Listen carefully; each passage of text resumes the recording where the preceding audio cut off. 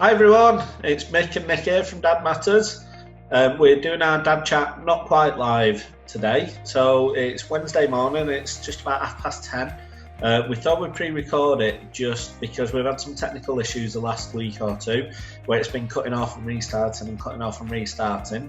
So we're pre-recording our dad chat not live, but we're going to do it as a watch party at 6 p.m. on Facebook so that you can join in. We'll be watching with you, so you can comment, ask any questions, and we'll be there to answer any questions or issues that you may have. Hopefully it works this way. We'll see and we'll find out. So that's our intro. So say hi, Nick. Hi everyone, thanks for joining. So that's Nick, our Salford coordinator, and I'm sure you're all familiar with my face already. So I'm Mick, the Tameside and Rochdale coordinator. We're going to start with a little bit of a recap of what we discussed last week around the current regulations and rules for the COVID-19 period, and then we'll get into our usual dad chat kind of topics, and then we're going to move on to some personal stuff around our own parent experiences and what we went through and how we would have benefited from Dad Matters help in that period. So without further ado, let's speak about this horrific COVID-19. So we're not going into anything medical. We don't want to get into any in-depth discussion about the illness. We're just worried about how it affects dads, families and mums during this period. We've tried to keep up to date with as much information as we can do from various hospitals. It doesn't appear much has changed from last week. So same rules apply. All scans, prenatal appointments, anything like that, any antenatal sort of work is just mum, so nobody's allowed to accompany mum, unfortunately.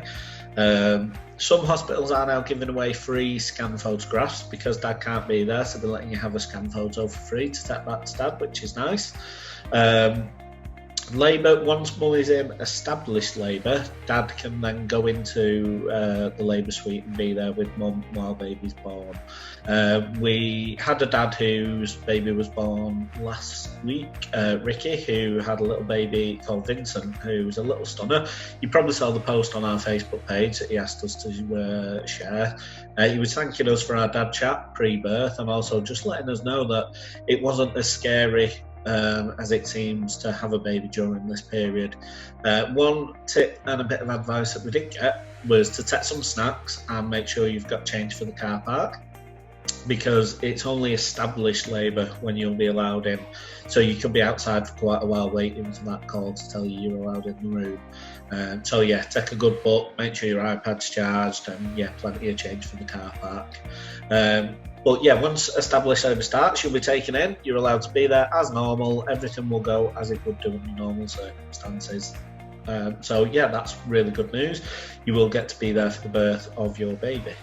Once baby's born, again, same rules apply. If mum is available to be discharged fairly quickly, they will put you on the fast track discharge and you will stay with mum and you'll all go home together as a new little family. If mum has to go up to the postnatal ward, so if there's any issues that they want to keep her in or monitor her or baby for, you will be asked to leave and mum and baby will go up to that ward. There's still no visiting, so it will be a case of video calls, FaceTime and that kind of thing until they get the go-ahead for baby to come home, and then again you can go to hospital and pick them up. So as far as we're aware, that's the same for most hospitals. We've had no different information as yet. We are trying to keep on top of it, and hopefully that's kind of how it's going to stay for now. So I know Tameside have basically said they're setting it in stone that you will be there for the birth, basically, unless you're displaying COVID symptoms, so unless you've actually got coronavirus, you will be there. So that's good news and definitely a comfort to hold in these times. So that's all good and well. So that's kind of our little recap of that. Like I say, if there's any further information, we will post it on our Facebook page. That's usually Facebook and Twitter, our main sources of information at the moment. So we'll be putting things on there because it's fairly instant and it's fairly fluid and up to date. Okay, so let's move on. I can have a little rest. I'm going to hand you over to Nick, and Nick is going to start the section of our dad chat around attachment. So Nick, take it away. Okay. Thanks very much, Mick, for that.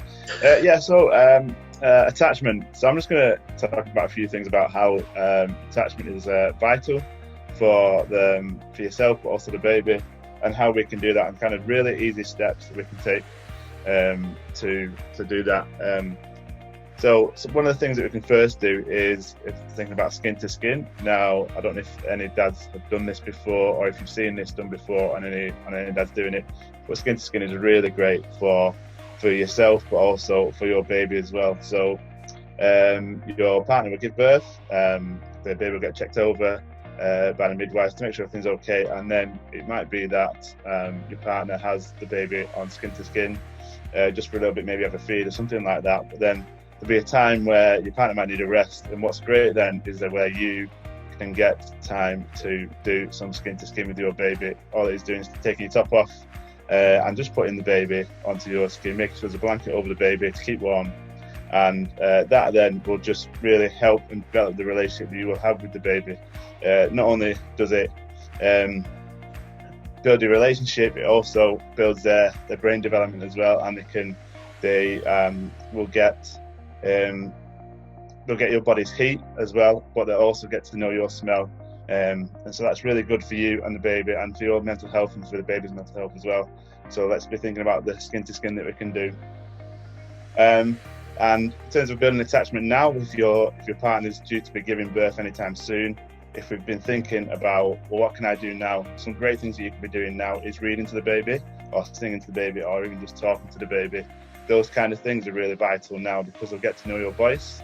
And so when the baby comes out and when the baby's born, you know, when you start talking to the baby, they'll recognise that voice, and they might even just look at you because they know that voice, and they'll start looking for you.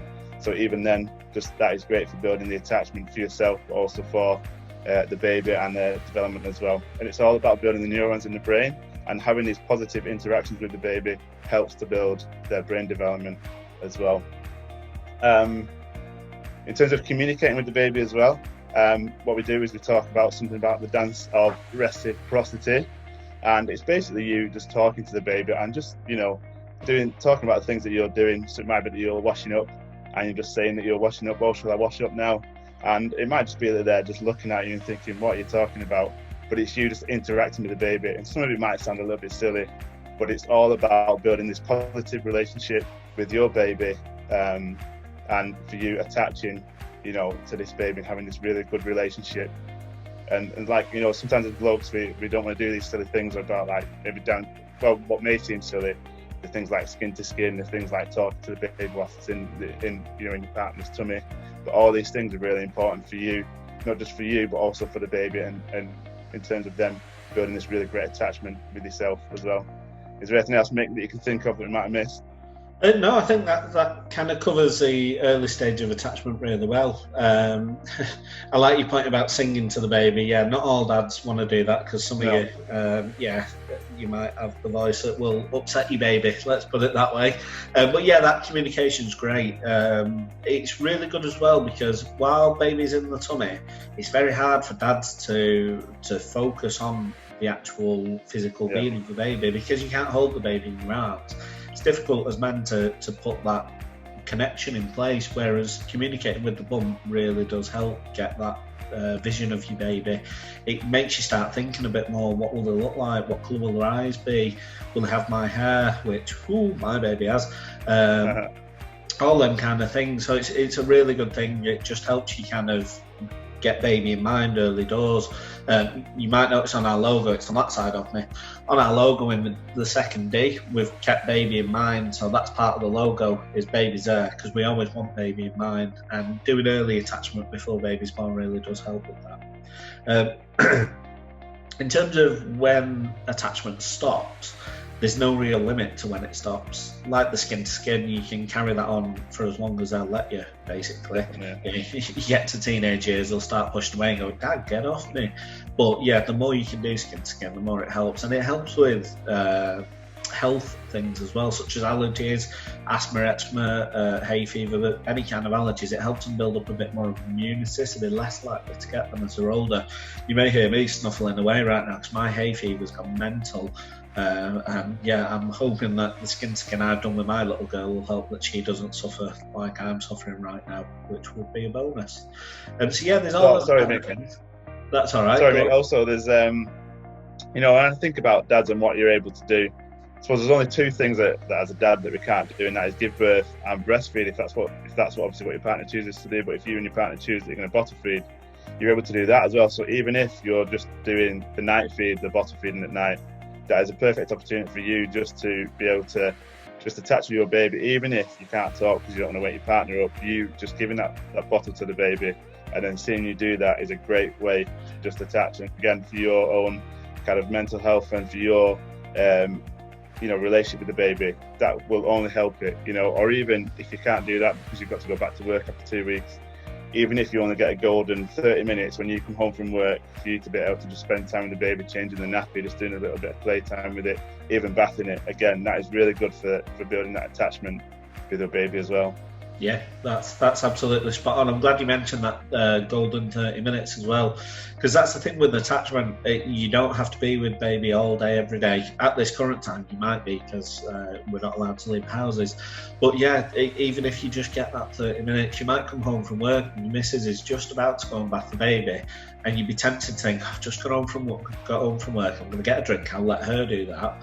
But that's your opportunity there. Take over, you bath baby, get your top off, get that bit of skin to skin going, talk to baby, a little bit of reciprocity, and also a bit of containment. Now, what containment is when you kind of hold the baby's feelings for them.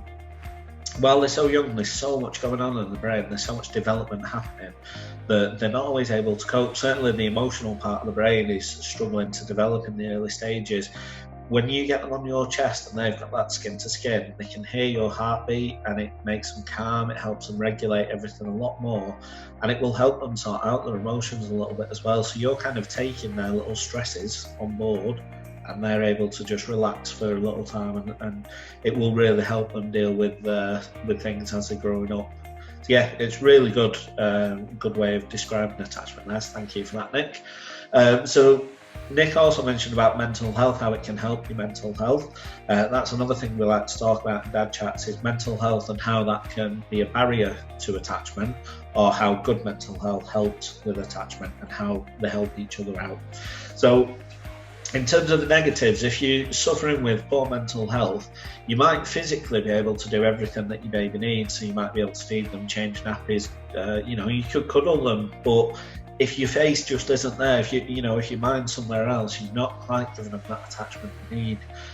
What they need is that communication. They need the smiles, they need the expressions on your face, they need the eye contact, so that you can speak to them and get that attachment going.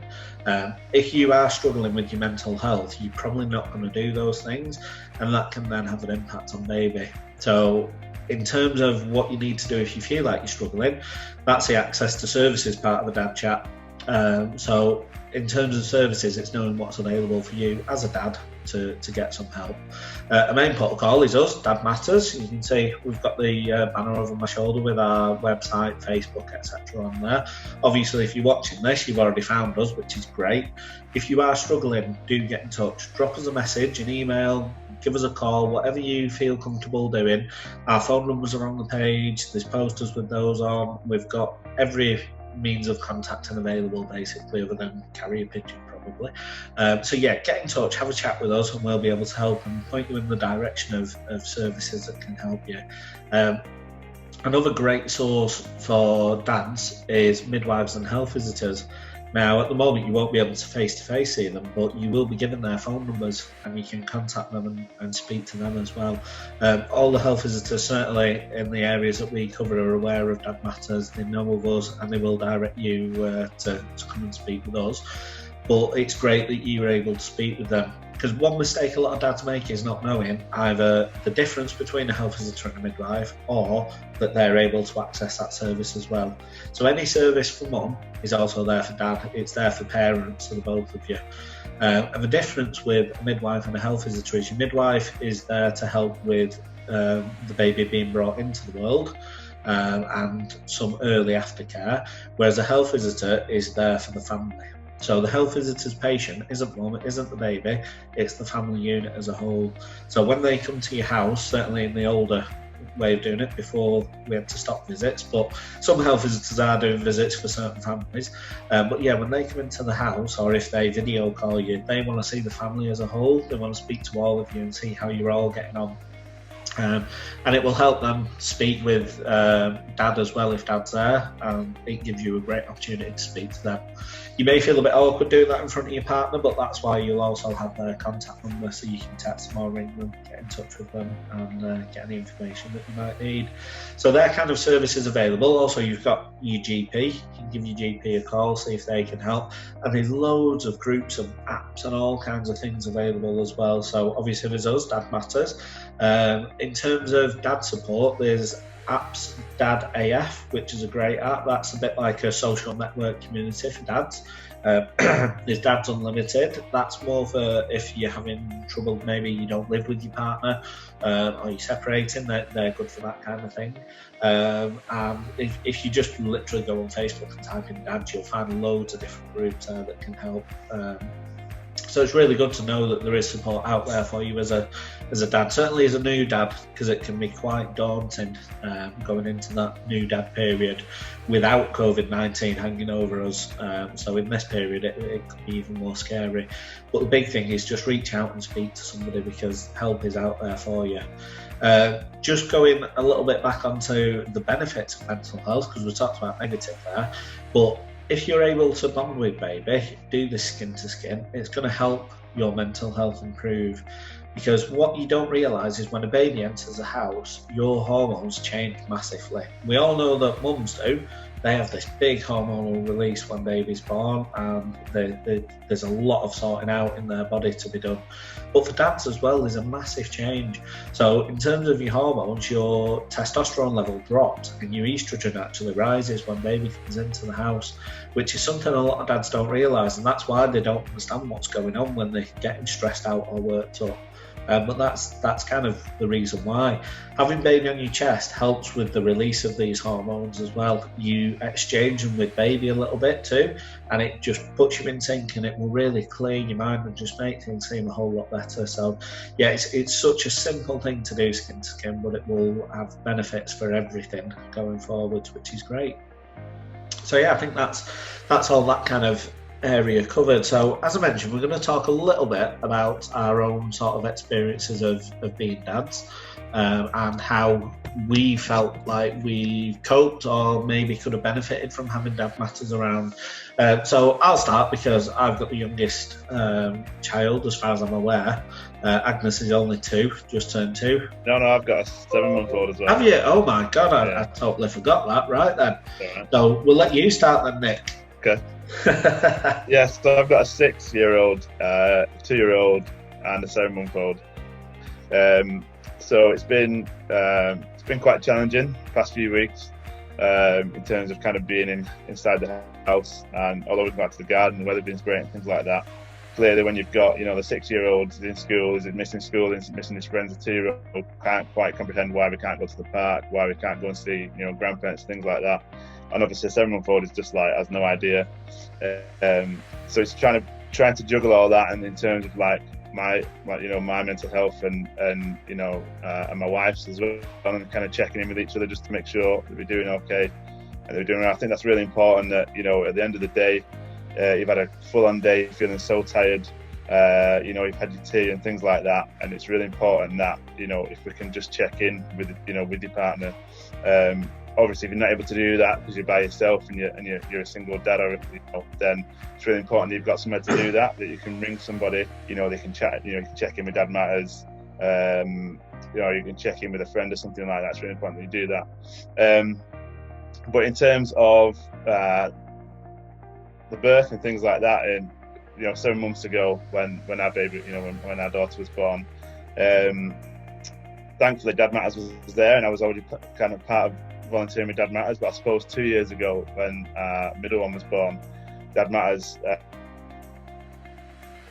I wasn't ready, and things that are in place now would have really kind of helped me. So just one of the things, just talking about attachment, I only need little bits about attachment, but not kind of some of the stuff, the kind of scientific stuff kind of behind the skin to skin and why we do it and why that's important.